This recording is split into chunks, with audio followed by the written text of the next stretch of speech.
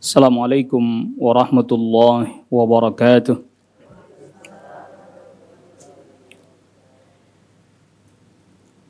Innal hamdalillah nahmaduhu wa nasta'inuhu wa nastaghfiruh wa na'udzu billahi min shururi anfusina wa min sayyiati a'malina.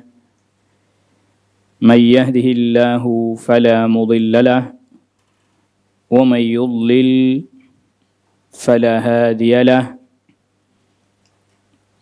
أشهد أن لا إله إلا الله وحده لا شريك له وأشهد أن محمدا عبده ورسوله يا أيها الذين آمنوا اتقوا الله حق تقاته ولا تموتن إلا وأنتم مسلمون يا أيها الناس اتقوا ربكم الذي خلقكم من نفس واحدة وخلق منها زوجها وبث منهما رجالا كثيرا ونساء واتقوا الله الذي تساءلون به والأرحام إن الله كان عليكم رقيبا يا أيها الذين آمنوا اتقوا الله وقولوا قولا سديدا يصلح لكم أعمالكم ويغفر لكم ذنوبكم ومن يطع الله ورسوله فقد فاز فوزا عظيما أما بعد فإن أصدق الحديث كتاب الله وخير الهدى هدى محمد صلى الله عليه وسلم وشر الأمور محدثاتها وكل محدثة بدعة وكل بدعة ضلالة وكل ضلالة في النار.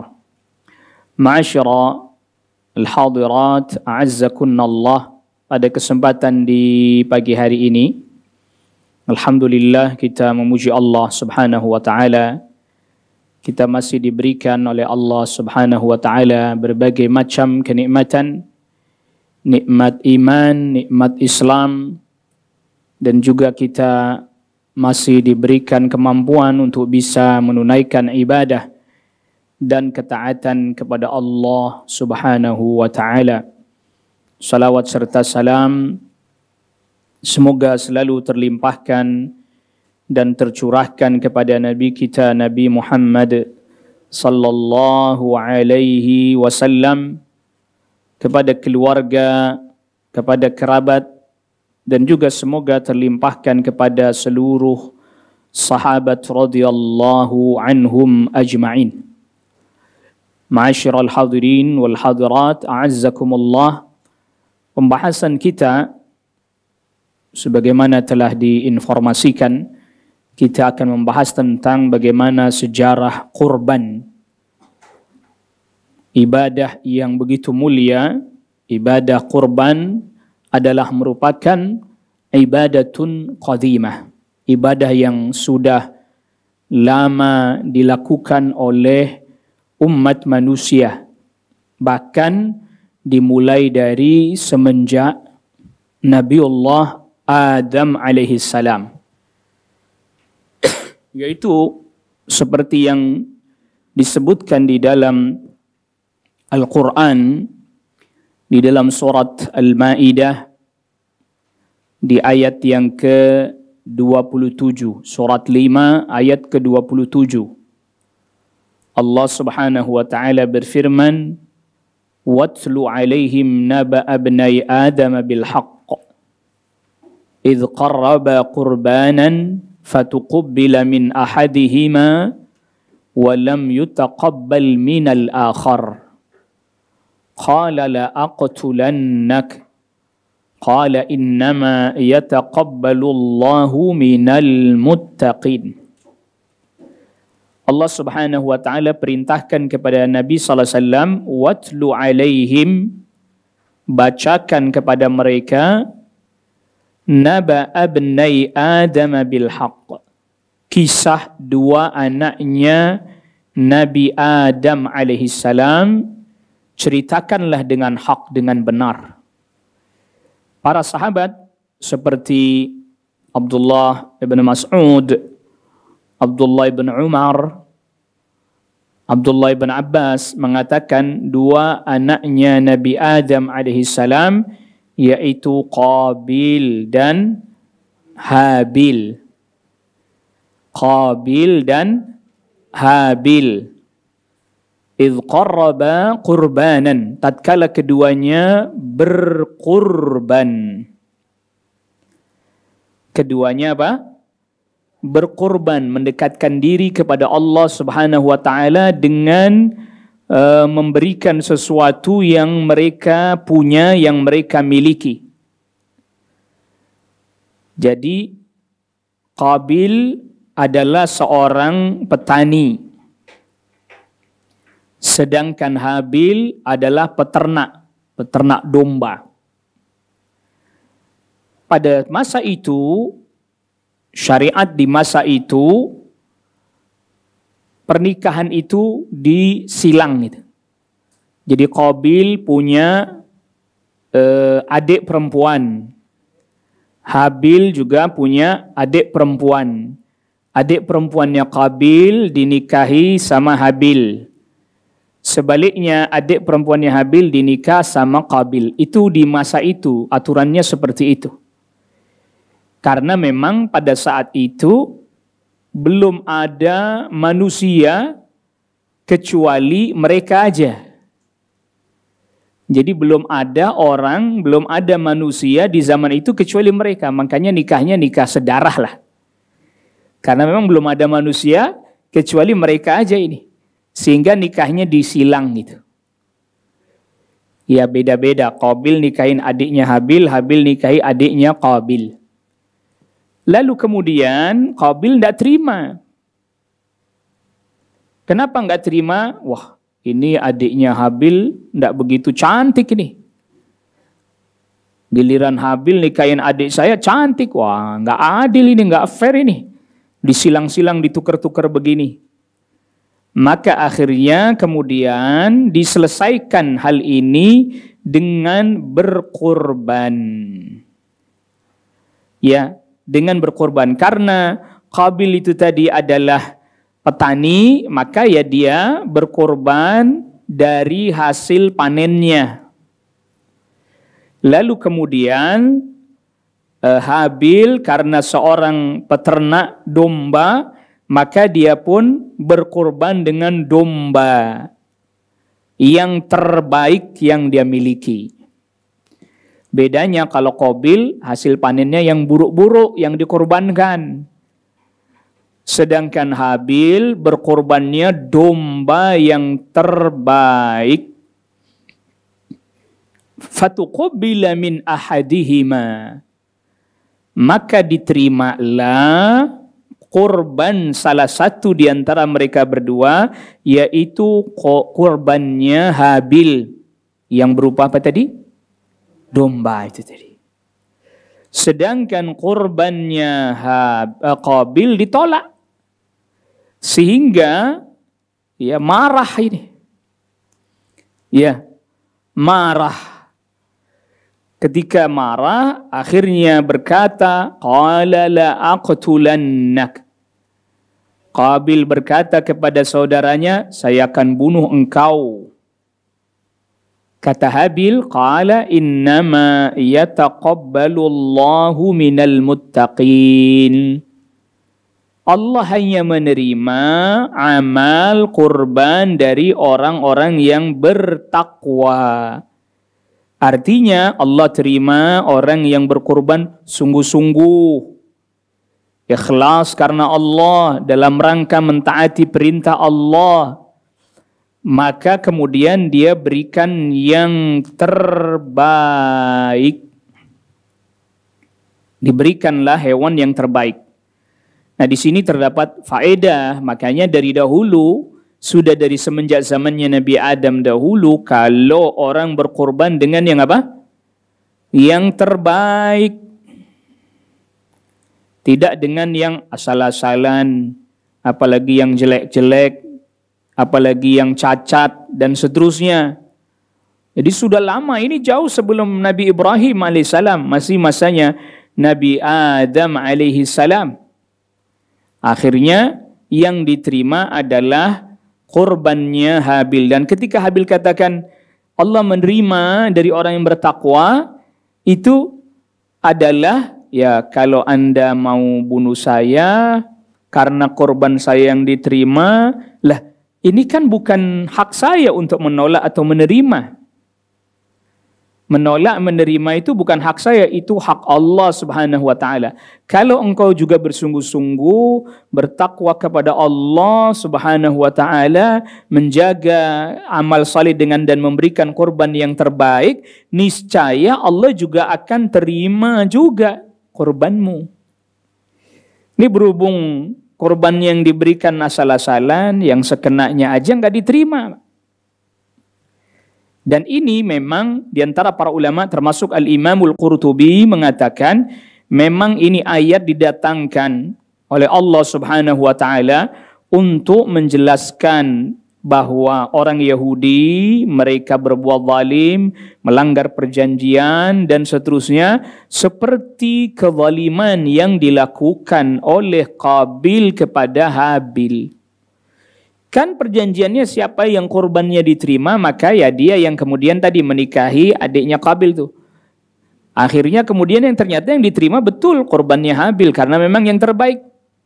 Akhirnya yang terjadi mereka kemudian atau Qabil marah. Nah, di sini ada riwayat dari Sa'id bin Jubair. Sa'id bin Jubair seorang tabi'in. Kurbannya Habil diterima oleh Allah Subhanahu wa taala. Yang lalu kemudian dombanya itu diangkat oleh Allah Subhanahu wa taala ke surga. Yang nanti ketika Nabi Ibrahim mau nyembelih Ismail, yaitu yang diturunin. Jadi ketika Nabi Ibrahim alaihissalam, jauh kan sudah nih masanya jauh. Dari Adam alaihissalam sampai katakanlah sampai masanya Nabi Nuh alaihissalam, sampai terjadi banjir bandang, lalu kemudian orang-orang yang selamat dari keturunannya Nabi Nuh alaihissalam, lalu kemudian muncul para nabi, para rasul dari keturunan Nabi Nuh alaihissalam. Dari jalurnya Sam. Karena ada 3 anaknya yang selamat, Sam, Ham, Yafis. Sebagian orang kita nyebutnya Yafet. Dari Sam nanti muncul Ibrahim alaihissalam. Ibrahim alaihissalam sebagian para ulama termasuk Al-Imam Al-Hafidh Ibn Katsir mengatakan itu di Irak, Babilonia. Jadi Namrud itu adalah salah satu raja Babilonia. Sampai kemudian hijrah meninggalkan negerinya singgah ke Mesir, lalu kemudian menikah dengan Hajar bersama dengan Sarah, menikah dengan Hajar, punya putra Ismail, tinggal di Palestina dulu mereka. Lalu kemudian Allah perintahkan agar supaya Ibrahim alaihissalam membawa Nabi Ismail alaihissalam ke tempat yang tandus gersang. Di mana? Ke Makkah. Yang pada saat itu Ka'bah bangunannya hilang, sudah kesapu banjir di masanya Nabi Nuh alaihi salam. Jadi Ka'bahnya udah ada semenjak zaman Nabi Adam alaihi salam. Sebagian para ulama mengatakan yang membangunnya malaikat, sebagian lagi mengatakan yang membangun pertama kali adalah Nabi Adam alaihi salam. Terjadi perbedaan pandangan para ulama dalam hal ini. Tetapi yang jelas bahwa ketika zamannya Nabi Nuh, jadi Ka'bah udah ada. Maka disebut oleh Allah Subhanahu wa taala sebagai rumah yang pertama kali, maksudnya rumah ibadah. Rumah ibadah yang pertama kali ada di muka bumi. Maka tadi kita sudah katakan Ya, para ulama sampai berbeda, ada yang mengatakan itu malaikat sudah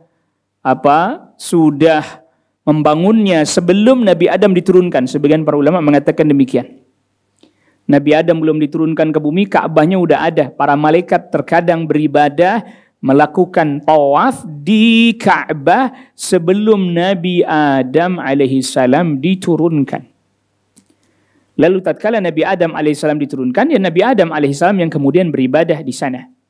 Sampai terjadi banjir bandang, lalu kemudian di masanya Nabi Nuh, bangunannya hilang.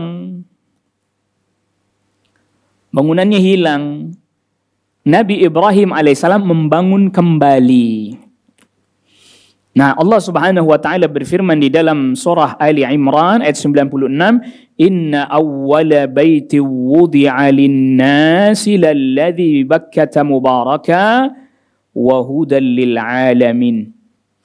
Sesungguhnya rumah atau tempat ibadah yang mula-mula ditetapkan bagi manusia. Nah, ini sebagian para ulama menguatkan tetap Nabi Adam yang membangunnya, karena Ka'bah yang ada di bumi itu wudi'a linnas, ditetapkan untuk manusia, bukan untuk para malaikat.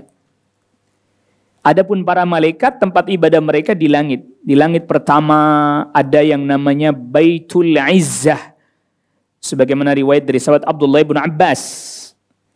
Itu tempat ibadah para malaikat di langit pertama, disebut Baitul Izzah. Kalau kayak kita, bahasa kitanya masjidnya langit pertama. Ada lagi masjid di langit ketujuh, tempat ibadahnya para malaikat juga, Al-Baitul Ma'mur. Allah Subhanahu wa taala berfirman, "Wal Baitil Ma'mur."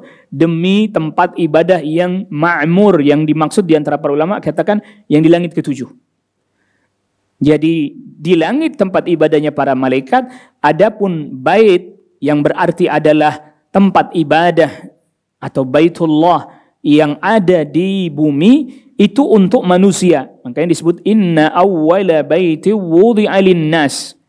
Yang pertama kali diletakkan bagi manusia, lalladzi bi Bakkata mubaraka, yaitu yang berada di Bakkah. Bakkah ini nama lamanya Mekkah.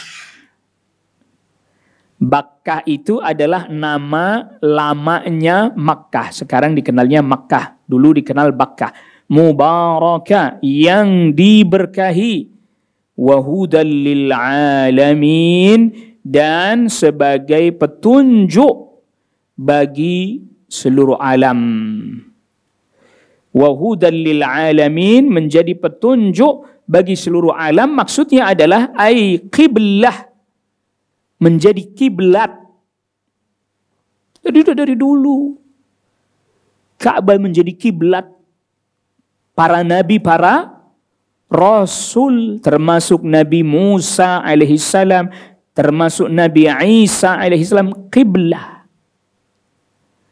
Makanya Rasulullah SAW tatkala menceritakan atau mengkhabarkan tentang nanti turunnya Nabiullah Isa alaihissalam untuk membunuh Dajjal, setelah itu kondisi aman, Nabiullah Isa alaihissalam menunaikan ibadah haji.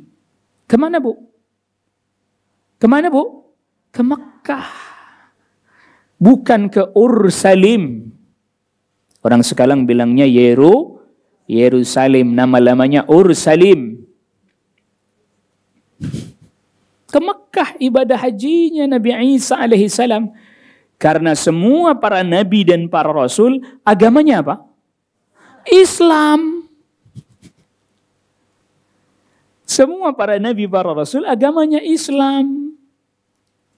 Nah, agar supaya kita faham, wah itu hanya klaim. Ya, kita klaim berdasarkan ayat Al-Quran, berdasarkan dalil, berdasarkan kitabullah, berdasarkan firman Allah, kana nasu ummatan wahidah.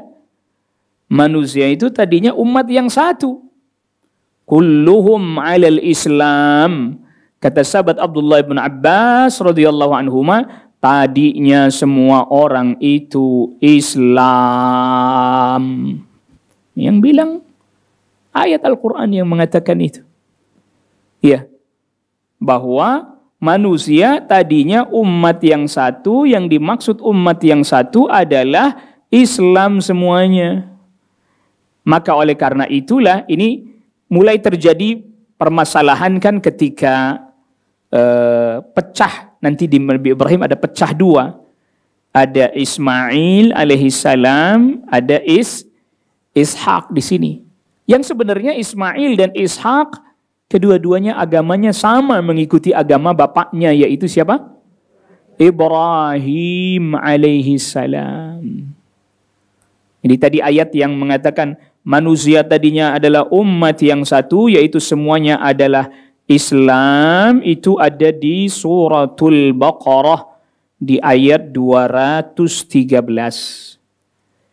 Dan ada riwayat dari sahabat Abdullah bin Abbas menjelaskan makna ayat ini bahwa kulluhum alal Islam. Tadinya mereka semuanya Islam. Nggak ada agama kecuali hanya Islam. Yang dibawa oleh para nabi dan para rasul Islam. Agamanya Nabi Adam Islam.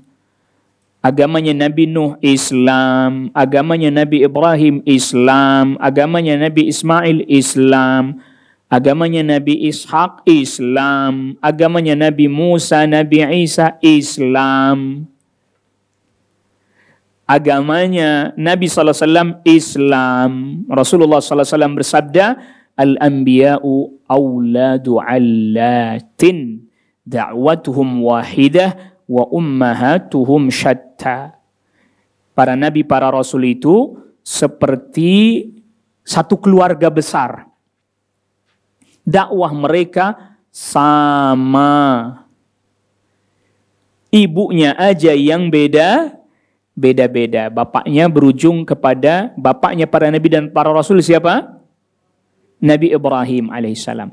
Bapak manusia pertama siapa? Adam alaihissalam. Bapak manusia kedua siapa? Nuh alaihissalam.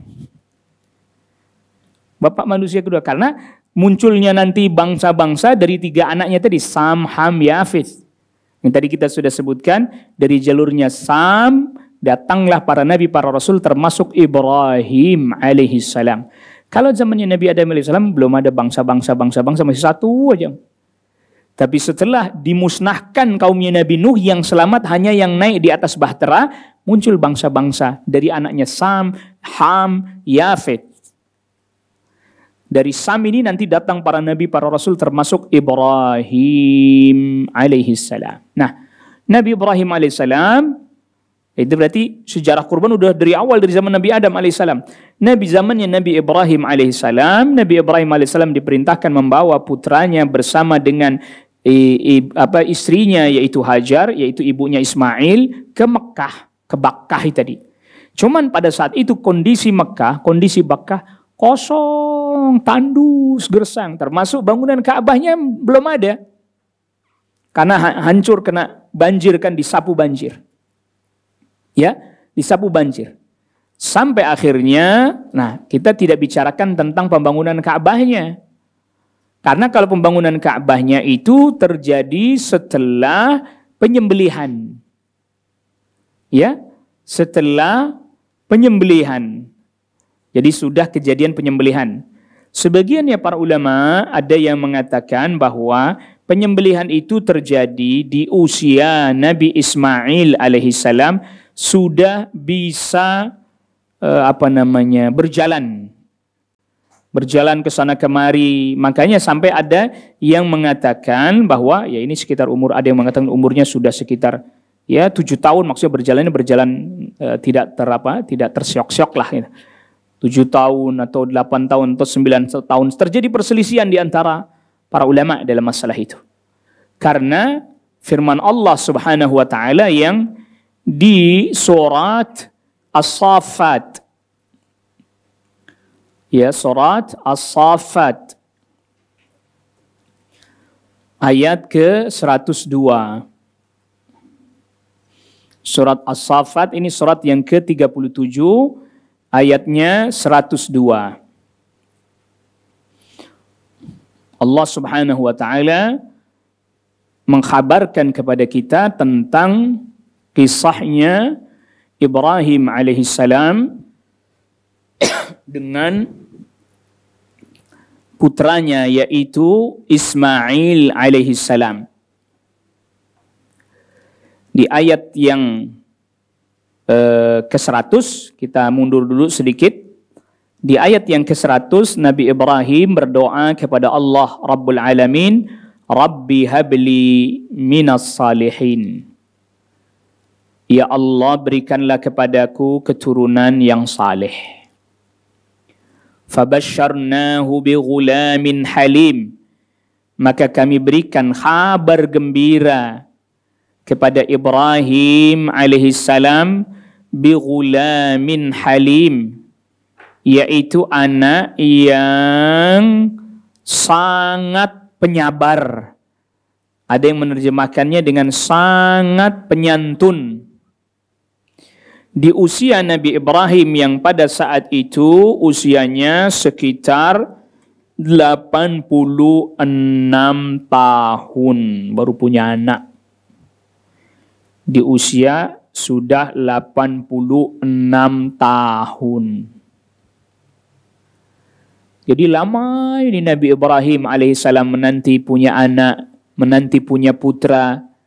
Dari Sarah belum kunjung ada. Ternyata dari Hajar duluan. Lalu lahir anak laki-laki, yaitu Ismail alaihissalam.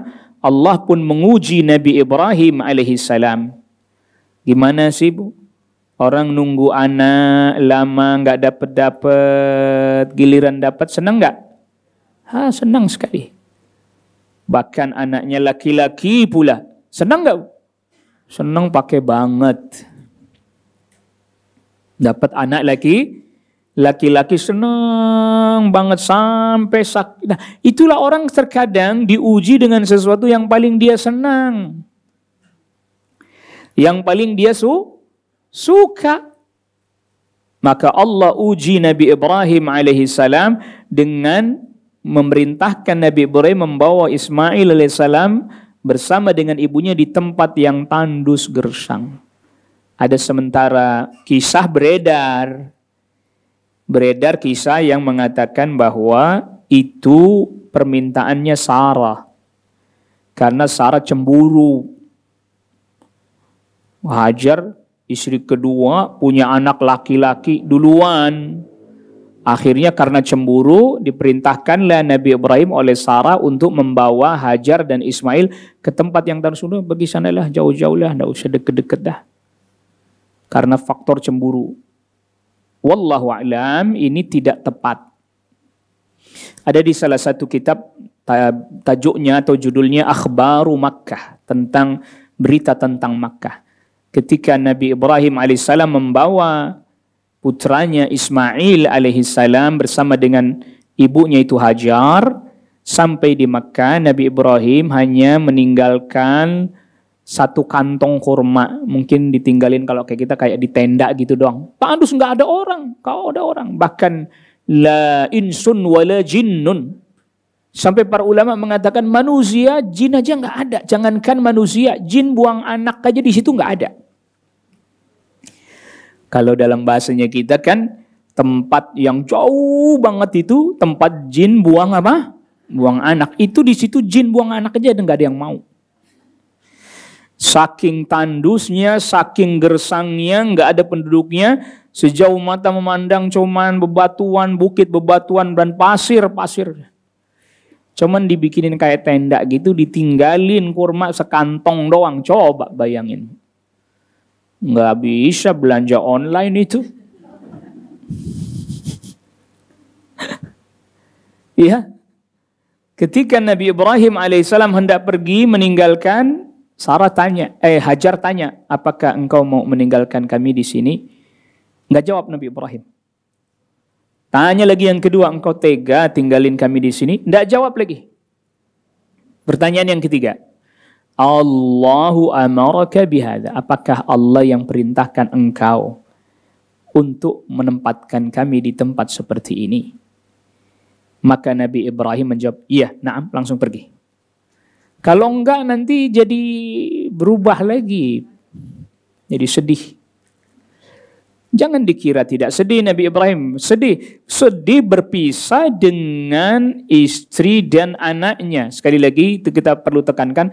Itu bukan karena Sarah cemburu sehingga Sarah yang meminta supaya Hajar diasingkan. Itu tidak benar kisah itu. Kenapa begitu? Karena yang suruh nikahin Hajar, Sarah juga. Di sebagiannya ada yang mengatakan Hajar itu anak dari seorang raja. Bahkan ada yang mengatakan, oh dia itu ratu. Ada yang begitulah. Jadi dia itu wanita terhormat. Cuman karena saking Sarah waktu datang ke Mesir, wanita yang baik salihah, kalau menurut satu riwayat yang dibawakan oleh Syekh Safir Rahman Al-Marafuri, itu dia anaknya raja. Rajanya itu kagum sama wanita yang salihah Sarah ini, sehingga anaknya disuruh ikut kamu belajar. Kamu ikut nak sama wanita yang baik, yang salihah ini, belajar darinya agar engkau menjadi wanita yang salihah juga. Wanita yang baik juga. Pas mau berangkat, mau pergi bertiga, kata Sarah, kamu sama saya suami istri. Nah dia sama kamu gak ada hubungan apa-apa. Sedangkan dia mau melakukan perjalanan bersama kita, gimana? Lalu Sarah bilang, ya sudah nikahi aja. Nikahi. Punya anak duluan laki-laki, seneng. Lah Sarah, ya pastinya ada rasa kecemburuan secara manusiawi ada. Tapi tidak sampai mendorong dia untuk mengasingkan Hajar. Enggak. Memang itu diperintah oleh Allah Rabbul Alamin, ditinggal. Lalu kemudian kita ketahui kisahnya Zamzam dan seterusnya, sejarahnya Sa'i dan seterusnya. Lalu kemudian setelah lama ditinggal nggak ditengokin, Nabi Ibrahim alaihissalam posisinya lagi di Palestina. Mimpi, di mana di dalam mimpinya diperintahkan Nabi Ibrahim untuk menyembelih anaknya. Sudah diuji oleh Allah Subhanahu wa taala, berpisah dengan anaknya, berpisah dengan istrinya Hajar, berpisah lama. Dan itu jaraknya, sebagian para ulama mengatakan jarak antara punya anak Ishak itu jauh. Ismail ketika lahir, Nabi Ibrahim usianya 86 tahun tadi. Giliran Ishak, ada Nabi Ibrahim sudah 90 sekian tahun. Ada yang menyebutkan 99 tahun.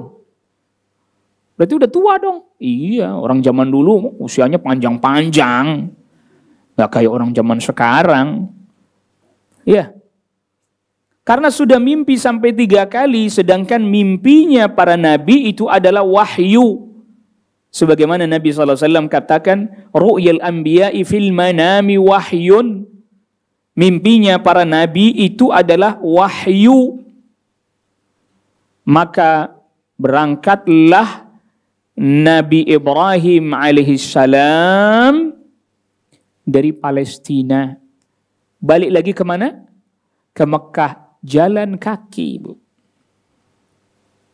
Waktu nganter Hajar jalan kaki, pulang jalan kaki.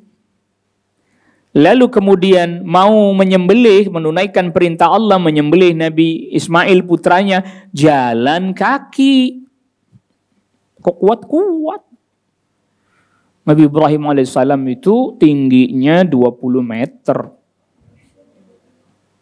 Nabi Adam alaihissalam 30 meter. Jadi udah susut itu, Bu. Oh, udah mengecil itu, dari 30 jadi 2. Udah turun 10 meter itu. Makanya Anda bayangin orang tinggi 20 meter jalan dia, doang jalan dia, Bu. Kalau kayak kita ya jauh itu. Iya, kalau kayak kita jauh itu. Makanya Ka'bah, coba orang sekarang pada tawaf Ka'bah, lihat Ka'bah gede nggak, Bu? Iya gede, tinggi. Nabi Ibrahim dulu nggak pakai alat gitu, cuman ditata lalu naik di atas batu, udah sampai bagian yang tertinggi. Set, Nabi Ismail yang menjulurkan batunya sampai tertinggi, berdiri di atas batu yang kemudian sekarang disebut Maqam Ibrahim, udah sampai bagian tertinggi. Cuman naik di atas batu. Sekarang orang mesti pakai alat yang begini, begitu. Karena bukannya apa-apa, manusianya yang mengecil. Tuh, manusianya yang kecil, bandelnya tetap tapinya.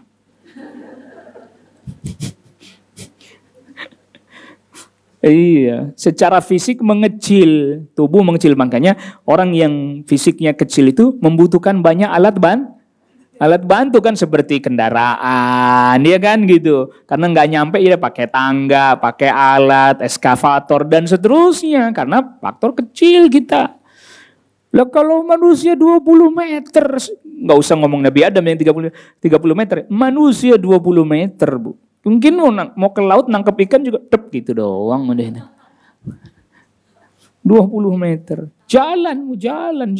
Jadi kalau Nabi Ibrahim kok begitu kuatnya, memang fisiknya juga kuat, fisiknya besar, jalan sampai di Mekah, ketemu anaknya udah bisa lari-lari. Waktu dianterin masih disusu, berarti kan kurang lebih belum usia 2 tahun. Kan makanya ketika ibundanya Hajar cari air itu kan minum supaya bisa menyusui kan. Berarti belum sampai 2 tahun. Udah dibawa ke Mekah. Pas nyampe balik lagi ke Mekah, anaknya udah bisa lari-lari. Tuh anak udah bisa lari-lari. Nggak disebutkan spesifik usianya berapa. Makanya di ayat yang tadi di surat As-Saffat ayat 102, falamma balagha ma'ahu sa'ya. Ini kalau diterjemahkan bebas, ketika sudah bisa berlari, anaknya udah bisa jalan, udah bisa berlari. Qala, Nabi Ibrahim berkata kepada Ismail, ya bunayya inni ara fil manami anni adbahuk. Tapi dia udah bisa bicara ya. Udah bisa bicara, udah bisa nalar, diajak bicara, udah ngerti, udah paham. Maka usia lah, kalau kita ambil usia 7 lah atau 8 lah. Atau agak gede lagi dikit lah, 9 lah. Udah bisa diajak bicara. Apa kata Nabi Ibrahim kepada putranya, wahai anakku, sesungguhnya aku bermimpi, di dalam mimpiku aku diperintahkan menyembelihmu. Fanzur madza tara. Kalau kita terjemahkan bebas ini, menurutmu gimana? Iya. Bagaimana menurutmu? Apa pandanganmu? Jadi ini tadi makanya kita katakan dia sudah bisa diajak bicara, sudah nalar, diajak bicara, sudah ngerti, sudah nalar. Menarik, katakanlah tadi kita ambil usia 9 tahun lah katakan. Qala ya abati f'al ma tu'mar. Wahai ayahku, lakukanlah apa yang diperintahkan kepadamu. Satajiduni insyaallahu minas sabirin. Engkau akan dapati aku termasuk orang yang apa? Bersabar. Ini Bu, anak usia 9 tahun udah bisa diajak bicara hidup mati. Ya kan? Sudah bisa diajak bicara tentang hidup dan apa? Mati. Dan dia meresponnya bagus lagi. Kalau memang itu perintah Allah, tunaikan ayah. Niscaya Anda akan mendapati diriku insya Allah termasuk orang yang bersabar. Allah. Kalau ditelusuri, ini kan makanya sampai para ulama mengatakan begini. Kami sampai tidak bisa bicara kami.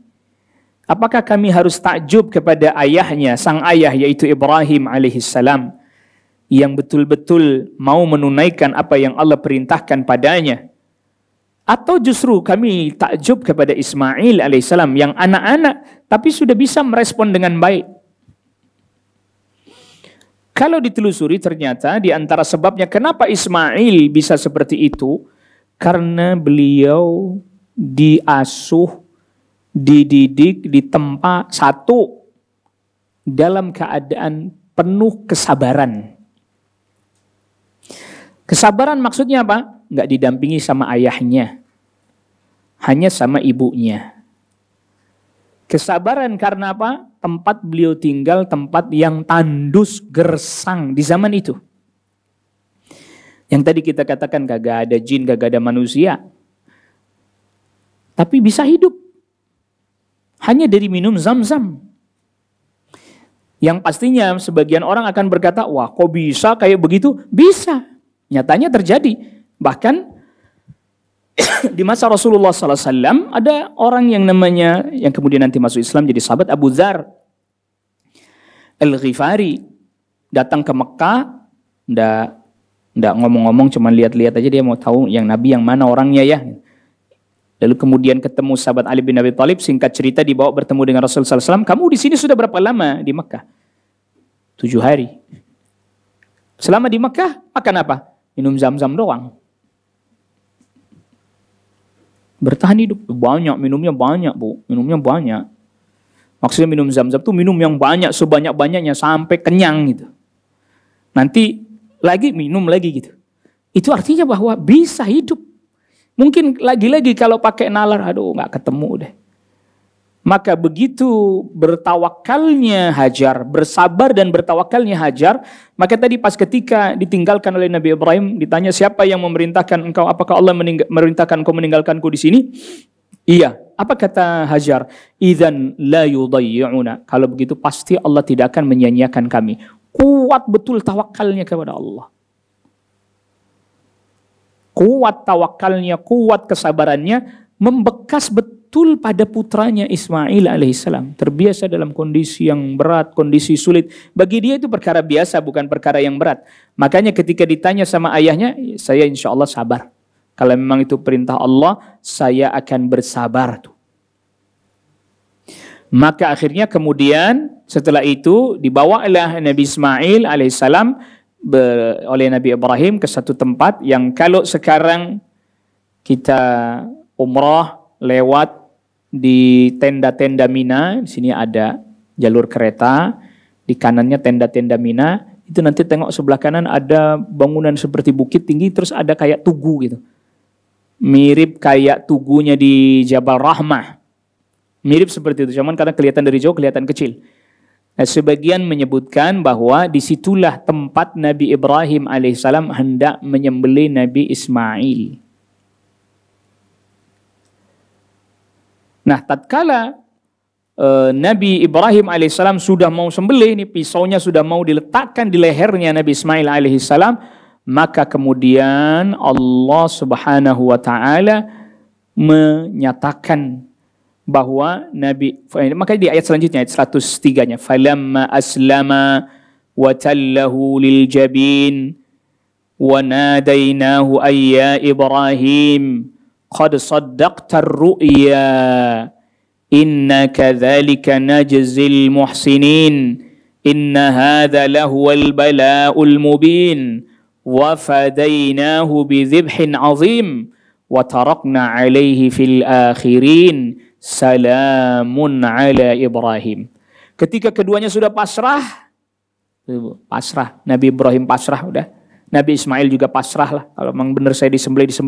Tiba-tiba kami memanggil, wahai Ibrahim, terdengar suara, wahai Ibrahim, qad saddaqta ar-ru'ya, engkau telah membenarkan mimpimu. Inna kadzalika najzil muhsinin, demikian kami akan memberikan balasan kepada orang yang berbuat kebaikan.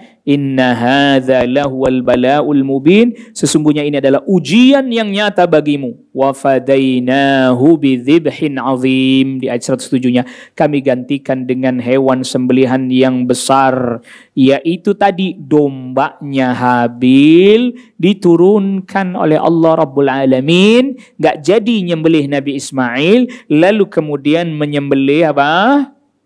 Domba itu. Jadi yang disembelih oleh Nabi Ibrahim alaihissalam dombanya Habil yang Allah turunkan dari surga. Wa tarakna alaihi fil akhirin, dijadikan hal ini menjadi syariat untuk orang-orang di belakang. Artinya bahwa hal seperti ini menjadi tuntunan dan syariat bagi orang-orang yang di belakang. Sampai pada masa Nabi Sallallahu Alaihi Wasallam, ya, sampai pada masa Nabi Sallallahu Alaihi Wasallam ini menjadi syariat. Jadi syariat sampai pada masa kita hari ini menjadi syariat menyembelih kurban. Makanya kita sama-sama ketahui para ulama berbeda pandangan, berbeda pendapat tentang masalah korban itu lebih utamanya pakai domba, ya domba atau kambing maksudnya. Domba garis miring kambing atau sapi. Ya kan gedean sapi ini. Ya, Ada sebagian para ulama yang mengatakan domba. Kenapa? Karena dulu yang dikorbankan Habil domba. Yang disembelih Nabi Ibrahim apa? Domba. Yang pertama kali disembelih oleh Rasulullah SAW dalam syariat kurban juga apa? Domba. Sebagian ulama katakan begitu. Alasannya itu, hujahnya itu, argumennya itu. Sebagian para ulama yang lain enggak. Makin besar, makin utama. Makin besar hewannya makin apa? Makin utama. Onta, sapi, baru kambing atau domba. Berdasarkan hadis tentang keutamaan datang salat Jumat di waktu awal. Man rahal jum'ata fi sa'atil ula faka'annama qarraba badanatan. Siapa orang yang berangkat menunaikan salat Jumat di waktu yang awal pertama, maka dia seperti berkurban seekor unta. Yang setelahnya seperti berkorban seekor sapi. Yang setelahnya seperti berkorban seekor apa? Domba atau kambing. Jadi gimana nih? Utamaan sapi apa utamaan domba ini? Syekh bin Baz rahimahullahu ta'ala katakan, semakin besar hewan yang dikurbankan semakin utama. Adapun Nabi SAW dulu menyembelih domba, alasannya kata Syekh bin Baz rahimahullahu ta'ala adalah meringankan umat. Karena di masa-masa awal orang masih dalam keadaan kesulitan. Makanya di masa-masa awal itu korban dagingnya nggak boleh disimpan lebih dari 3 hari. Karena orang lagi dalam keadaan kesulitan. Jadi ya udah 3 hari disimpan maksimal habiskan. Kalau enggak ya sodakohkan gitu. Agar supaya kemudian tidak sampai terjadi orang masih ada yang punyanya daging yang banyak lalu kemudian sedikit. Tapi ada tapinya. Jadi itu di masa-masa awal kenapa Nabi SAW menyembelihnya domba? Karena kondisi masih sulit. Keadaan masih sulit. Adapun ketika keadaannya sudah lapang, harta banyak berlimpah, Rasulullah SAW ketika Haji Wada tahun 10 Hijriah.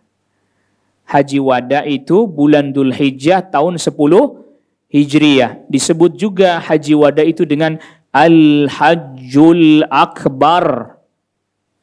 Haji Akbar. Bertepatan memang wukufnya dengan hari Jumat.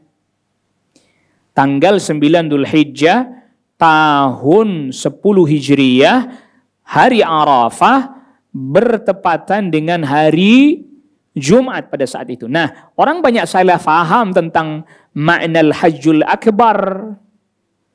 Dikiranya Haji Akbar itu kalau wukufnya bertepatan hari apa? Hari Jumat, padahal nggak begitu maksudnya Hajjul Akbar. Maksudnya Hajjul Akbar adalah ketika Rasulullah SAW memimpin haji. Jadi tahun 9 itu sudah pelaksanaan ibadah haji, tapi dipimpin oleh sahabat Abu Bakar As-Siddiq radhiyallahu anhu. Rasul tidak berangkat. Rasul tunjuk amirul hajnya, pemimpin hajinya sahabat Abu Bakar As-Siddiq radhiyallahu anhu. Tahun 10-nya baru kemudian Rasul SAW yang memimpin langsung pelaksanaan haji yang disebut dengan Haji Wada. Disebut juga dengan Hajjul Akbar karena jumlah pesertanya banyak, lebih besar dibandingkan yang sebelumnya. Maka disebut dengan Al-Hajjul Akbar. Adapun soal masalah wukuf bertepatan dengan hari Jumat, bukan itu penentu Hajjul Akbarnya. Bukan karena itu disebut Hajjul Akbarnya. Hajjul Akbar karena jumlahnya pada saat itu lebih banyak daripada yang sebelumnya. Jadi orang seringkali beranggapannya Hajjul Akbar disebut Haji Akbar karena wukufnya bertepatan hari apa? Jumat. Enggak. Makanya sampai ada orang, wah ini enggak jadi nih Haji Akbar katanya. Karena wukufnya hari Kamis, enggak jadi nih Haji Akbar. Jadi orang-orang seolah-olah orang beranggapan Haji Akbar itu karena wukuf yang jatuh pada hari Jumat. Ya, memang dari sisi keutamaan hari Arafah plus termasuk keutamaan hari Jumat, ya bertepatan bersamaan, berbarengan pada saat itu. Tapi bukan berarti bahwa Haji Akbar disebut Haji Akbar karena wukufnya tepat hari Jumat. Bukan. Wallahu a'lam, karena tadi jumlahnya lebih banyak daripada sebelumnya. Ya, karena jumlahnya lebih banyak daripada yang sebelumnya. Jadi digantikan. Nah, maka oleh karena itulah atas dasar hadis ini. Nah, ketika haji wada atau haji akbar itu Rasul nyembelihnya 100 ekor unta.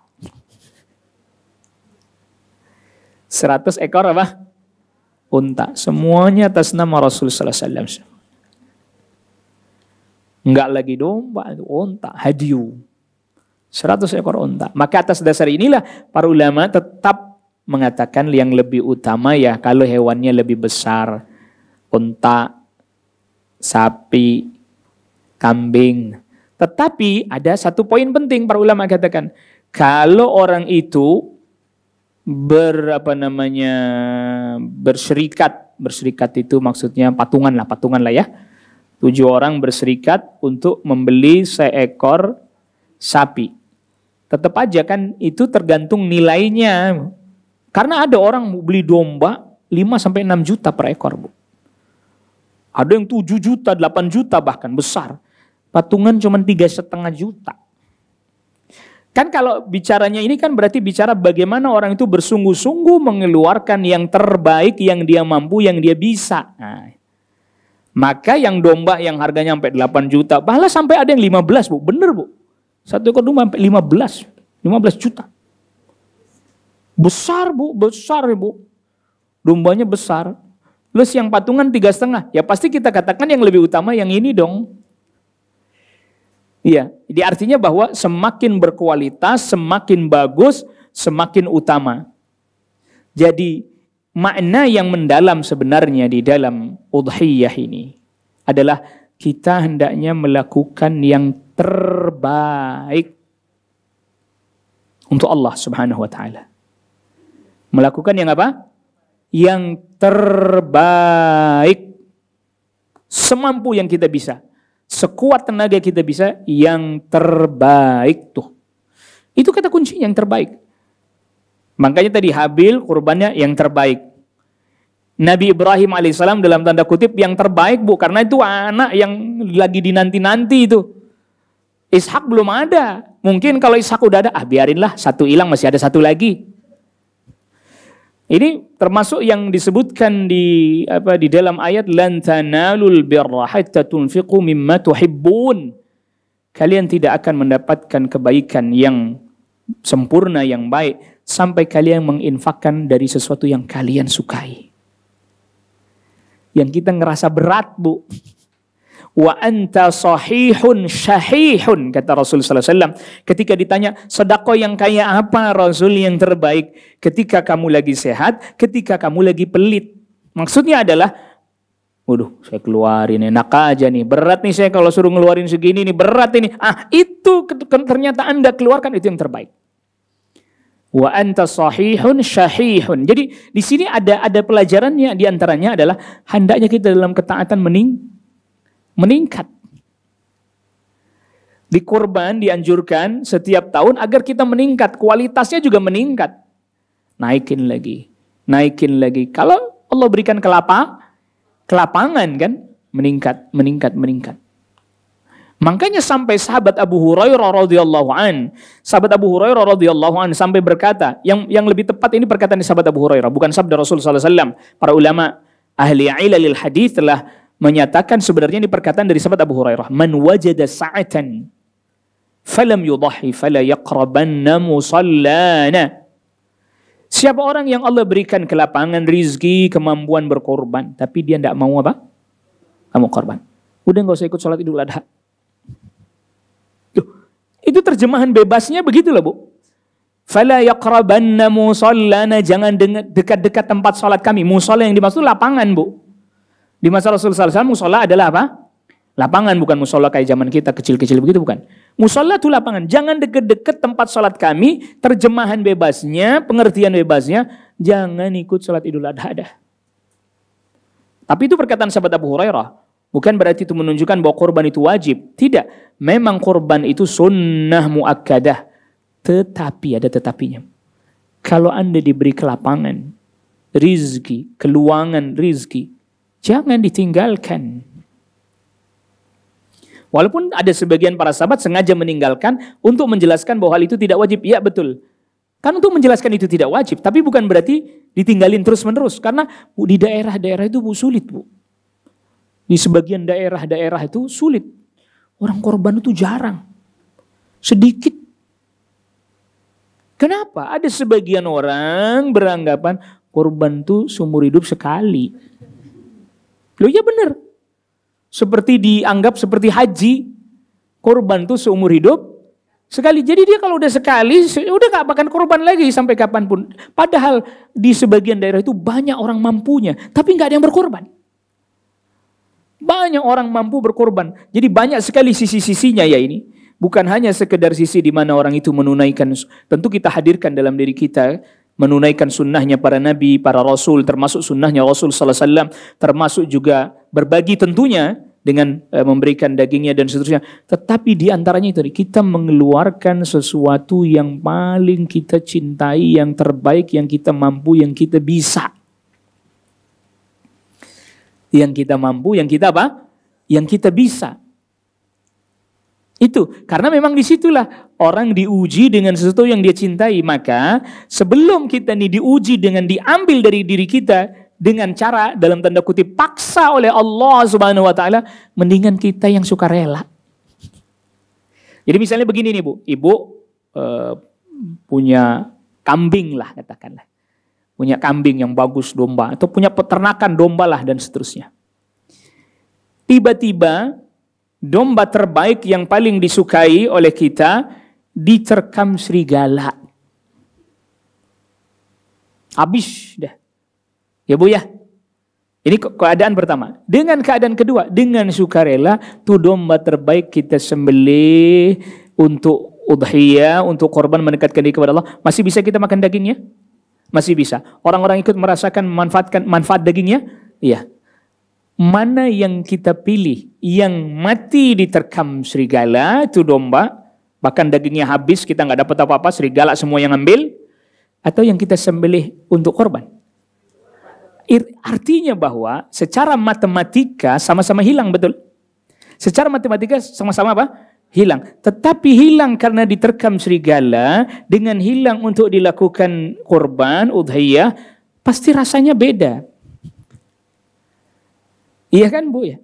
Pasti rasanya beda. Maka oleh karena itu, ini juga kita belajar mengeluarkan sesuatu yang terbaik dengan sukarela. Kita mendingan istilahnya kita paksain diri sendiri, biar jadi rela, biar jadi redha, biar jadi ikhlas, dibandingkan ikhlas gagak ikhlas dicomot juga. Hilang juga kan gitu. Kita seringkali terkadang tuh harus dipaksa dulu baru berlatih. Oh sabar ya sabar. Kalau yang ini kan bukan sabar, kita dorong diri kita ikhlas dan seterusnya. Kalau yang ini emang kagak ada pilihan Bu. Yang hilang diterkam serigala itu nggak ada pilihan kecuali cuman apa? Ikhlas. Ikhlasnya juga ya. Ikhlasnya ya gimana lagi, emang udah nggak ada, nggak diikhlasin gimana. Tapi Bu, berapa banyak orang yang nggak sanggup kan? Di sisi ini pun nggak sanggup. Jadi dalam tanda kutip, ikhlas dengan kita yang berusaha dengan supaya melakukannya, dengan ikhlas dalam tanda kutip dipaksa, kan enak yang ini toh. Enak yang ini. Tentu di sini juga ada pahalanya kalau Anda bersabar, tapi seringkali orang tidak mampu bersabar. Maka oleh karena itu, ini kita bicaranya syariat, hadis Nabi, tuntunan Nabi sallallahu alaihi wasallam. Sesuatu itu dalam kehidupan dunia ada kalanya datang, ada kalanya apa Bu? Pergi, biasa. Itu hidup dunia, begitu. Kadang kita dapat, kadang kita mengeluarkan. Kita tidak mau keluarkan, ya tetap aja kalau memang waktunya keluar, harus keluar dengan cara apapun. Suka atau tidak suka. Kan mendingan kita keluarin suka gitu, daripada dikeluarin tidak suka. Tapi bukan berarti tidak ada faedah juga. Kalau dia mampu bersabar. Tapi berapa banyak orang yang tidak sanggup sabar? Lebih baik dia melatih dirinya. Saya ingin begini. Ibu mengeluarkan harta banyak, tapi ibu suka. Dengan kehilangan harta banyak, sedih. Mana yang lebih kita pilih? Yang bersatulah keluarin tapi kita senang. Belajar senang beribadah, senang mengeluarkan sesuatu yang terbaik yang bisa kita keluarkan, yang bisa kita upayakan. Itu lebih mendidik jiwa kita. Itu lebih mendidik jiwa kita. Sehingga, kenapa akhirnya? Karena dengan begitu, kalau bahasanya orang zaman sekarang, jiwa itu terbiasa untuk dididik menuju hal-hal yang positif, dengan sendirinya tanpa harus dalam tanda kutip dipaksa. Kalau harus ngalamin yang negatif dulu baru mampu sabar, memang itu prosesnya. Tapi yang ini dipaksain. Jadi sesuatu yang memang harusnya dikeluarkan, dikeluarin, jangan ditahan. Sesuatu yang memang itu pasti Allah tetapkan harus keluar, tidak bakalan bisa kita tahan. Kalau kita tidak mau keluarkan, dia akan keluar dengan paksa. Begitu juga sama. Kebencian, kedengkian, apalagi dendam-dendam lama. Keluarin, pelongin udah. Jangan disimpan terus. Iya, kita seringkali menjadi terhambat untuk melejit lebih bagus, menuju yang lebih baik karena traumatik. Kalau Nabi Ismail itu trauma digituin, nggak akan maju Nabi Ismail alaihissalam. Tapi ternyata pasrah. Tuh, Bu. Kalau memang itu perintah Allah, pasrah, lihat. Lalu setelah itu, Bu, Nabi Ibrahim balik lagi, Bu, ke Palestina, ditinggal lagi itu. Nanti datang lagi pas mau membangun Ka'bah. Selesai bangun Ka'bah, tinggal lagi pergi. Nggak ditungguin. Single parent ini. Mirip kayak single parent. Punya suami tapi suaminya pergi terus ini. Nanti sudah menikah, baru datang lagi Nabi Ibrahim. Bahkan pernikahannya pun ayahnya tak menghadirinya. Coba. Oh, kalau orang zaman sekarang mah dimaki-maki tuh bapaknya. Bapak hidup tapi seperti nggak hidup katanya. Ada tapi seperti tidak. Ya tanggung jawab, Bu, tapi ya tadi tanggung jawab betul-betul. Ya ini beda ya, memang itu perintah dari Allah kan. Betul-betul diserahkan istrinya, anaknya kepada Allah. Itu perintah Rabbul Alamin, bukan Nabi Ibrahim tidak bertanggung jawab. Karena memang itu perintah Allah Rabbul Alamin. Tapi apa? Hajar yang tadinya terbebani, Bu. Kok suami saya ninggalin saya di sini sih? Terbebani kan dia? Waduh, kok dia tega sih? Kok dia tega saya ditinggalin di tempat kayak begini? Beban bukan? Beban. Tapi ketika dia rubah nih, Bu. Apa sih bahasanya anak muda? Vibes-nya dirubah jadi positif. Waduh. Biar kata ngajinya cuma di Kelapa Gading, harus ngerti vibes ini. Vibes gitu. Dirubah jadi positif. Tadinya kan negatif. Kamu tega ninggalin saya. Kamu tega. Itu negatif kan? Vibes-nya dirubah menjadi positif. Apakah Allah yang perintahkan engkau, wahai suamiku? Iya. Kalau begitu Allah pasti tidak akan menyia-nyiakan kami. Pasti Allah tidak akan menyia-nyiakan kami. Vibes-nya dirubah jadi positif. Lihat tuh. Set. Mampu bertahan, Bu. Maka orang-orang yang punya vibe positif ini yang mampu bertahan di zaman sekarang. Kalau vibes-nya negatif terus, Indonesia bubar, Indonesia gelap, Indonesia hancur, ekonomi runtuh, vibes negatif. Dan ini banyak disebarkan di media-media sosial agar kita menjadi memiliki vibes yang selalu negatif. Maka Islam, lihat, perhatikan, Islam mendidik umat Islam agar vibes-nya positif. Korban. Walaupun kondisi lagi sulit, katanya ekonomi sulit begini-begini, korban. Syariat Nabi SAW, sunnah Nabi SAW tetap ditunaikan, tetap dikerjakan. Pasti Allah memberikan solusi. Karena orang udah vibes-nya negatif tuh masalah seolah-olah banyak, padahal sebenarnya sedikit. Seolah-olah berat, padahal sebenarnya ringan. Seolah-olah nggak akan terselesaikan, padahal mudah. Nggak seberat ujian yang dialami oleh ibu-ibu hari ini, kan nggak seberat Hajar toh. Sampai ditinggalin di padang pasir, Bu. Cuman dikasih bekal korma sekantong doang, sehari habis tuh jangan-jangan. Korma sekantong doang. Coba bayangin.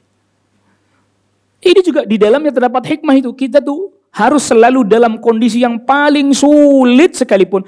Bu, itu Mekah di zaman itu, jangankan perempuan, Bu, laki-laki gagah perkasa, maco, maskulin, abis ditaruh di situ nangis Bombay kali, Bu. Memang kagak ada apa-apa. Ini Hajar lu, perempuan, ibu. Luar biasa nih. Sekaligus di dalamnya terdapat pelajaran berharga bahwa betapa besarnya peran seorang ibu dalam mendidik anak-anaknya.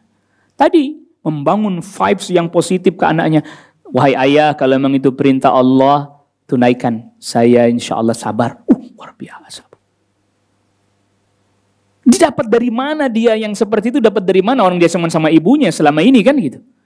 Sama ibunya dapat dari ibunya. Al-ummu madrasatul ula. Ibu itu sekolahan pertama. Idza a'adatta syabban thayyibal a'raq. Kalau betul-betul kau persiapkan para ibu, maka engkau akan mendapatkan generasi-generasi yang sangat kuat, bermental baja. Luar biasa. Itu Bu, itu ngelebihin barak militer itu, Bu. Ngelebihin barak militer itu. Barak militer masih ada tempat tidurnya dan seterusnya. Ini cuman tenda begitu digelar sekenanya, padang pasir, panas, tandus, gersang. Allahu Akbar. Tapi lihat bagaimana kekuatan ibu. Iman, yakin kalau begitu, kalau memang Allah yang perintahkan, pasti Allah yang akan mencukupi kita. Pasti Allah nggak akan menyia-nyiakan kita. Allahu Akbar. Kuatnya luar biasa. Itu tuh pelajaran berharganya. Akhirnya anaknya juga begitu. Bu, bapak lama kagak nengokin anak, datang-datang kan biasanya bawa mainan. Ya gitu ya Bu ya. Kalau orang kita sekarang kan begitu, bapak belayar Bu. Udah setahun kagak pulang kan bawa mainan, bawa baju baru. Ini pulang-pulang mau disembelih. Pulang-pulang mau disembelih. Itu aja diam-diam tuh ya, hajar biar bagaimanapun ibu. Yang ada diam-diam. Para ulama menyebutkan kisahnya diam-diam, nggak ngomong sama Hajar. Ntar ngomong ya dia marah dia. Udah diam-diam aja, nggak usah ngomong. Bayangkan itu. Tapi itu tadi luar biasa itu. Pendidikan berharga buat kita. Di dalam udhiyah, di dalam kurban ini. Bukan hanya sekedar menyembelih, makan daging. Bukan. Itu bagian daripada kebahagiaan betul. Rizki yang Allah berikan berupa hewan ternak. Makanya disembelih hanya untuk Allah. Gak boleh hewan ternak disembelih untuk selain Allah. Zalim gak ini kalau dia sembelih untuk selain Allah? Yang kasih rizki hewan ternak Allah, malah dia sembelihnya untuk selain Allah. La'anallah man dzabaha li ghairillah. Jadi ternyata apa Bu? Ada poin penting juga, kita kembali kepada yang kisahnya Qabil Habil. Untuk menyelesaikan satu permasalahan hasad, dengki, terkadang bisa dengan cara harta Bu. Itu kan hasad tadi tuh. Dengan cara Pak, keluarin harta. Agar supaya kesenjangan-kesenjangan ini tidak terlampau jauh, terpuruk. Sebagian kaum muslimin yang fakir, jarang-jarang ketemu daging, misalnya jarang makan daging. Supaya kesenjangan ini tidak sampai terlampau jauh, ada syariat. Ini dalam rangka Pak, menjaga tadi kesenjangan-kesenjangan yang terlampau jauh dari kesenjangan sosial. Jangan sampai ada satu orang yang makan daging hampir tiap hari, yang satu boro-boro Bu. Makanya sampai para ulama fatwakan kalau memang didapati di satu negeri itu ternyata daerah itu lebih membutuhkan, boleh seseorang itu memindah hewan kurbannya di negeri itu, tapi aslinya memang di tempat dia tinggal. Atau kalau memang dia punya kelapangan harta, di sini ya, di sono iya juga. Boleh begitu. Kan tadi Rasul aja 2 dombanya, bahkan 100 semuanya atas nama Rasul semua itu. Makanya hadisnya Abu Ayyub Al-Ansari, kami di masa Rasul, satu rumah, satu keluarga, satu kambing. Kata sebagian para ulama, itu karena dulu masa-masa sulit. Adapun ketika Allah Rabbul Alamin berikan kelapangan, Anda mau satu keluarga, saya sapi, fadhal ahlan wa sahlan wa marhaba. Satu keluarga mau 3 sapi, alhamdulillah ahlan wa sahlan wa marhaba. Dalam rangka itu tadi, dia melakukan sesuatu yang terbaik untuk Allah karena Allah didasari atas dasar ketakwaan. Wallahu alam. Udah jam 11 berarti udah selesai ya. Karena nggak ada pertanyaan kita. Ada kah? Kok banyak sih? Gak ada kan? Loh, gak ada. Ini juga bagian daripada ini Bu, psikologisnya. Kalau saya udah bilang, karena gak ada pertanyaan, jadi langsung tiba-tiba yang mau nanya, hilang itu. Silakan. Assalamualaikum warahmatullahi wabarakatuh. Waalaikumsalam warahmatullahi wabarakatuh. Ustadz, setahu saya di kampung itu kan orang fanatik banget ya Ustadz ya. Kadang-kadang melihara kambing itu kalau mau dipotong itu ada nggak tuntunannya harus kambing laki? Karena kalau di kampung itu kadang-kadang punya kambing perempuan dijual, tukerin gitu, diganti kambing laki. Ada tuntunannya nggak? Baik. Cukup, terima kasih. Tentang masalah apakah hewan kurban itu harus hewan jantan atau bolehkah betina? Jawabannya boleh betina. Jawabannya boleh apa? Betina. Tapi memang yang dikorbankan oleh Rasulullah SAW atau dijadikan hewan kurban domba itu, ketika Rasulullah SAW korbankan itu hewan yang jantan, Bu. 2 ekor domba yang jantan. Oleh karena itulah, sebagian dari para ulama mengatakan ya korban itu pakai hewan yang jantan. Bukan berarti tidak boleh pakai yang betina. Ditambah lagi nanti ada pertimbangan kalau yang betina nanti disembelih maka nggak ada lagi yang buat induk, Bu. Ya buat indukan, buat jadi induk. Makanya kalau di negeri kita termasuk regulasinya kalau belum berubah dari Kementerian Kementerian Peternakan Pertanian dan Dinas Peternakan mengatakan tidak boleh hewan betina yang masih produktif disembelih untuk jadi hewan kurban. Itu dinas ya, dinas mengeluarkan begitu, dinas peternakan. Kenapa? Karena dia untuk dijadikan apa? Induk tadi. Kalau disembelihin semua betinanya, ya ntar kagak ada yang jadi indukan. Kan di dunia hewan makan nggak masalah, Bu. 10 jantan, 1 betina nggak masalah di dunia hewan mah.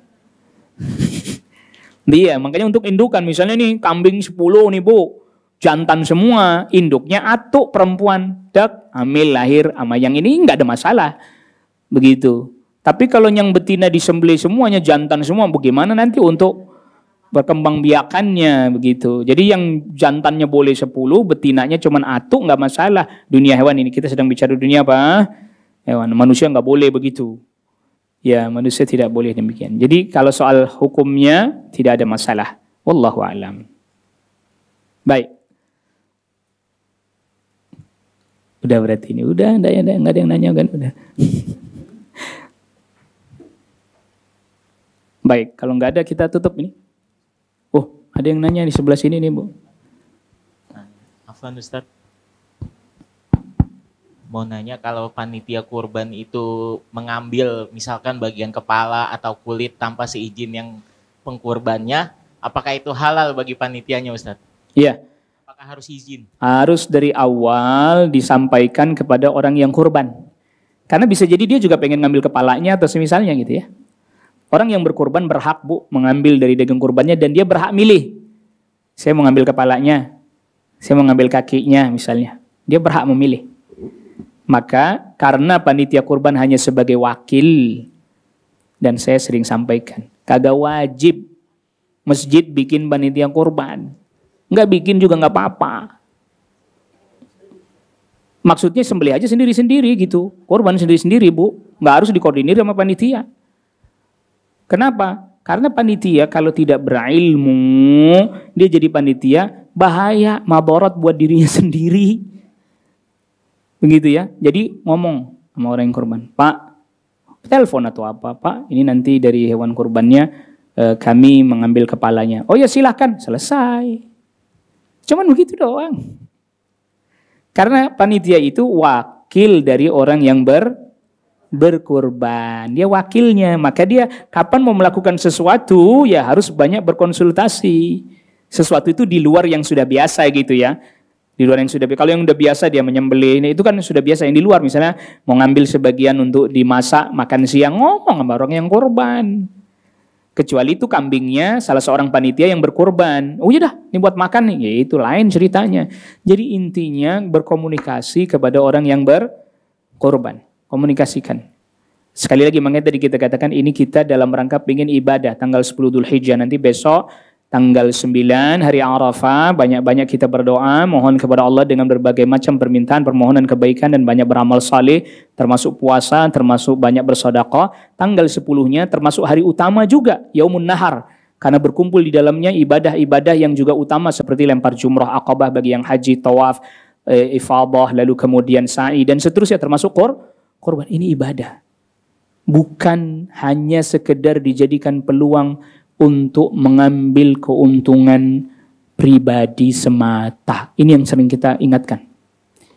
Karena berapa banyak orang menjadikan momentum berkurban hanya untuk mendapatkan keuntungan pribadi semata. Ya itu tadi. Ya, ngutil daging. Haram, Bu.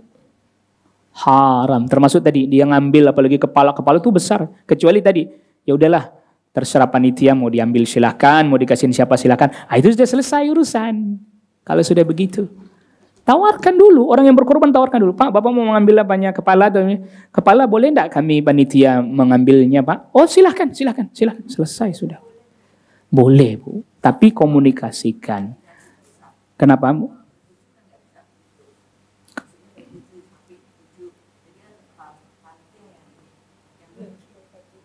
Oh iya, maksud saya komunikasikan dengan semua orang yang korban itu. Mungkin di antara yang 7 itu kan ada yang mau ngambil kepala juga mungkin, Bu. Ya maksud saya komunikasikan orang yang korban 7-7-nya di satu sapi itu. Kan siapa tahu ada di antara mereka yang memang mau mengambil kepalanya, betul enggak? Iya. Pahanya atau semisal. Makanya oleh karena itu, saya sampai pernah ini, Bu, di tempat saya sendiri, masih di tempat saya. Itu saya sudah mau bubarkan panitia kurban. Nggak ada lagi panitia-panitia kurbanan. Kalau panitianya tidak mau diatur, diajarin aturan syariat, masih aja urusan begini, saya bubarin. Nggak perlu ada, seterusnya tidak ada lagi panitia kurban, nggak ada. Karena tidak ada kewajiban bikin panitia kurban. Apa Ibu pernah lihat di depan Masjid Nabawi menerima menyalurkan hewan kurban? Depan Masjidil Haram? Ada. Masing-masing aja, sendiri-sendiri. Begitu ya. Jadi kita harus memahaminya dengan baik, dengan benar. Jangan sampai tadi hanya untuk dijadikan sarana orang mengambil keuntungan pribadi. Sayang sekali, ini hari orang utama berlomba-lomba memberikan yang terbaik, dia malah justru merasa mengeraup sebanyak-banyaknya untuk dirinya. Nauzubillah. Nasallallahu alaihi wasallam. Pola ini juga harus disampaikan. Kenapa? Seringkali orang begitu. Di masjid ini minta daging, di masjid itu minta daging, di masjid ini keliling minta daging, habis itu dijual. Loh, ada yang seperti itu. Ini bicara mentalitas, Bu. Makanya tadi gimana mau vibes-nya positif kalau kayak begini. Bicara mentalitas. Padahal itu daging kurban itu daging keberkahan, memang dianjurkan kita makan.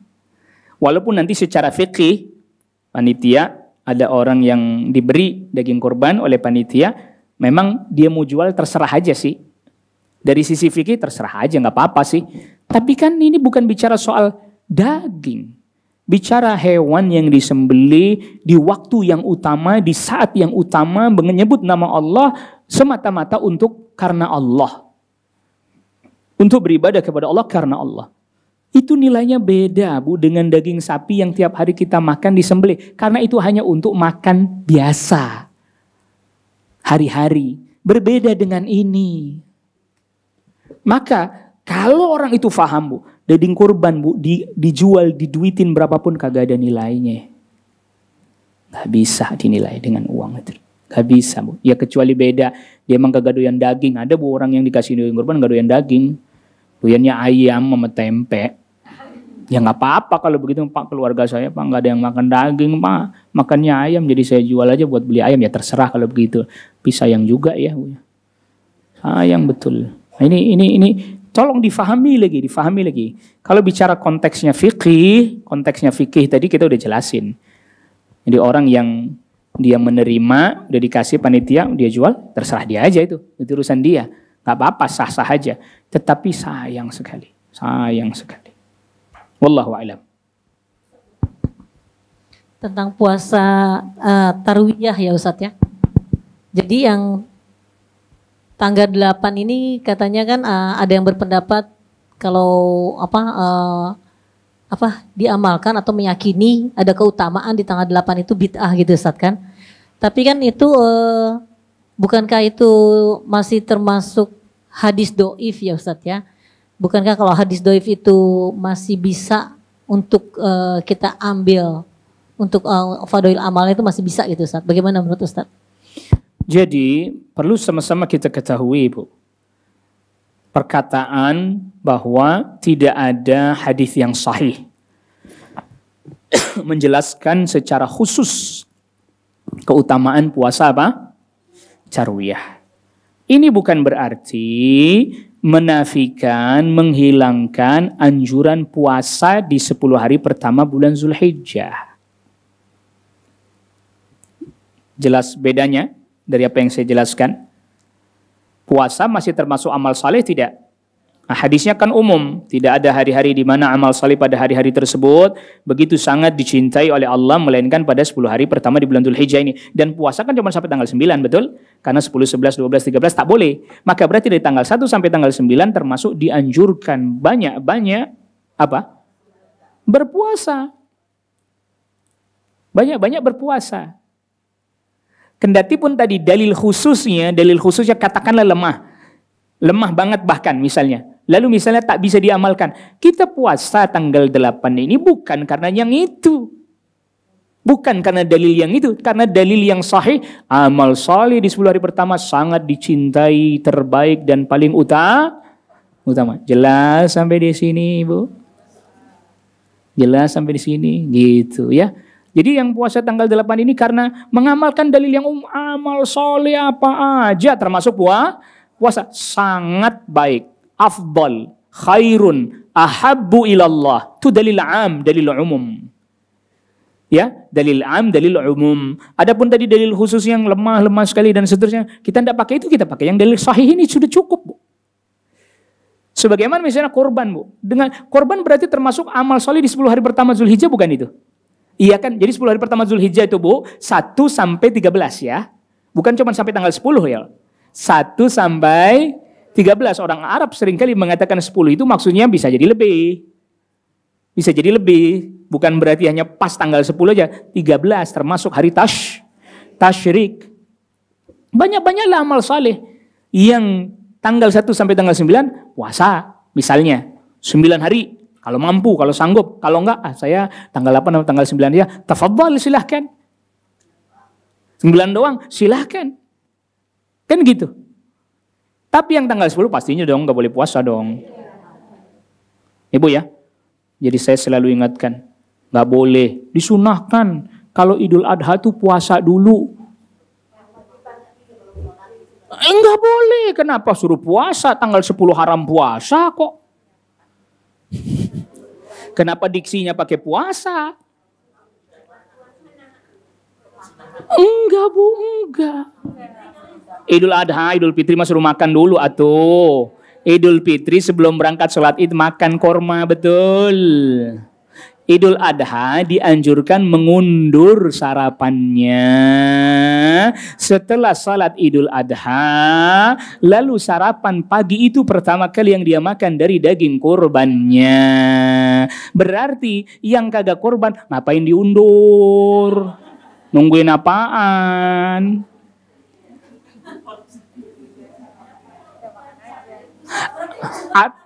Ntar dulu. Adapun yang kurban, sabar, belum selesai penjelasan. Giliran sekarang aja baru banyak pertanyaan. Adapun yang kurban, tapi dia tahu bahwa nanti baru ntar siang atau ntar sore, ia nyarap aja dari pagi. Dari sebelum sholat id.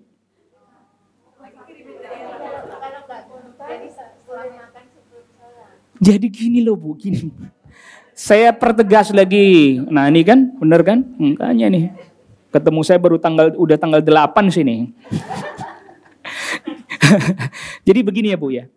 Ada yang namanya sunnah itu karena ada sebab. Kapan ada sebab itu? Sunnah itu ada. Kapan tidak ada sebab itu? Sunnah itu tidak. Contohnya itu tadi, Rasul mengundur sarapannya sampai setelah menyembelih hewan kurbannya, bukan sampai setelah sholat id.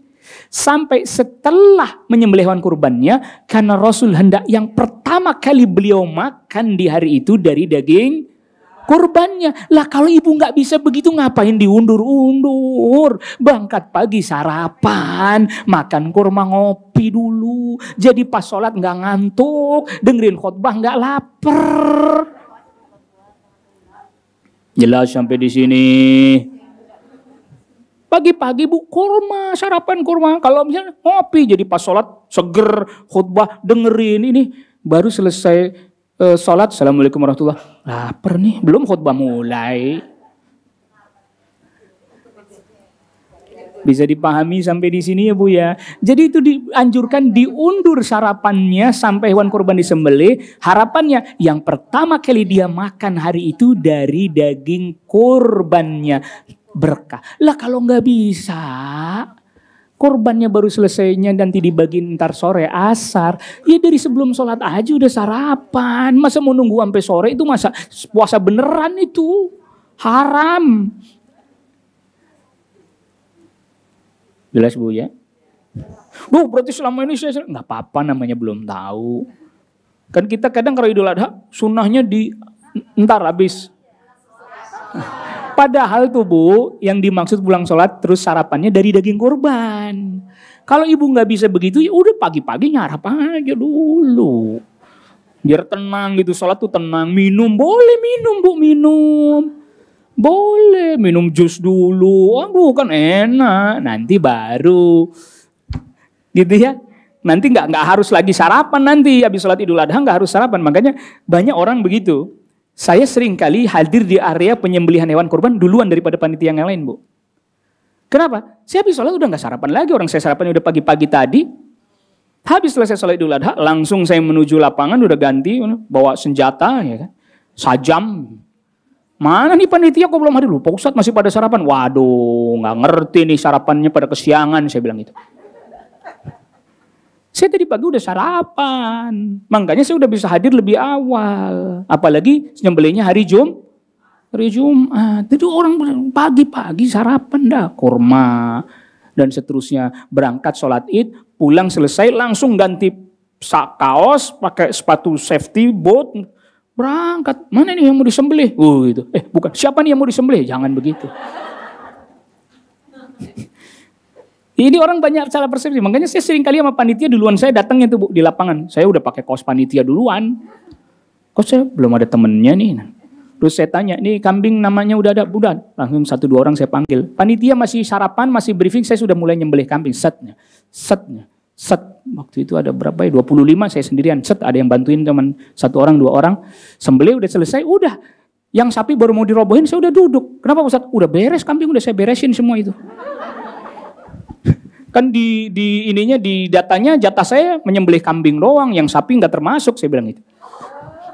Jadi saya udah duduk santai tenang, saya bilang itu. Karena mereka apa? Sarapan dulu. Sarapan ngobrol di masjid, dikasih sarapan panitia ngobrol. Sejam sendiri belum selesai itu Bu. Apalagi tadi ngerokok. Bu ingetin nanti Bu, kalau ada panitia di area korban ngerokok, suruh keluar. Saya udah sampaikan di tempat saya juga. Yang ngerokok keluar. Jangan di area tempat korban. Keluar. Selesai, cuci tangan, cuci mulutnya, baru masuk lagi, saya bilang. Masa daging korban sambil ngerokok. Ini abu mulu nih Bu. Abu rokok nih. Itu jadi apa? Daging asap, tahu nggak Bu? Sekalian aja knalpot masukin situ tuh. Jangan, ini mau diberikan yang terbaik, daging yang terbaik.